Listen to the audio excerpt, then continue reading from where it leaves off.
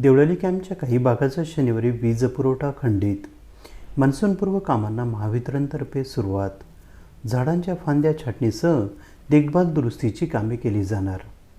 शनिवार दिनांक 4 मे 2024 रोजी महावितरण कंपनीच्या देवळाली उपकेंद्रातील 11 KV नागझिरा वाहिनीवरील विद्युत पुरवठा देखभाल दुरुस्तीच्या कामासह झाडांच्या फांद्या छाटण्यासाठी सकाळी 9:30 ते सायंकाळी 5 वाजेपर्यंत खंडित केल्या जाणार असल्याची माहिती देवळाली कॅम्प कक्षाचे सहाय्यक अभियंता संदीप चव्हाण यांनी दिली आहे.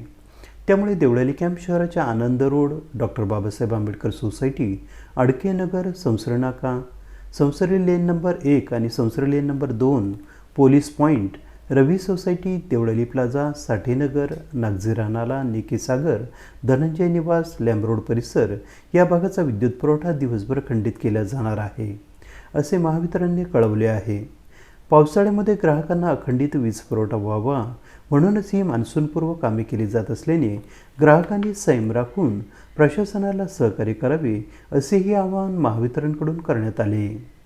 दरवर्षी महावितरणकडून मान्सूनपूर्व विद्युत यंत्रणेच्या देखभाल व दुरुस्तीची कामे केली जातात. त्याचबरोबर विद्युत वाहिन्या, विजेचे पोल यांच्यावर आलेल्या झाडांच्या फांद्या काढल्या जातात.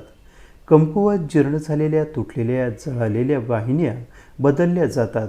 उपकेंद्रातील यांत्रिक उपकरणांमधील त्रुटी, दोष दुरुस्त केले जातात. त्यासाठी ज्या भागात ही कामे करावयाची आहेत त्या भागांचा टप्प्याटप्प्याने वीज पुरवठा खंडित केला जातो आणि नियोजन करून विद्युत वाहिन्या व यंत्रणेची देखभाल दुरुस्तीची कामे पूर्वदक्षता घेऊन सुरक्षितता बाळगून गतीने पूर्ण केली जातात.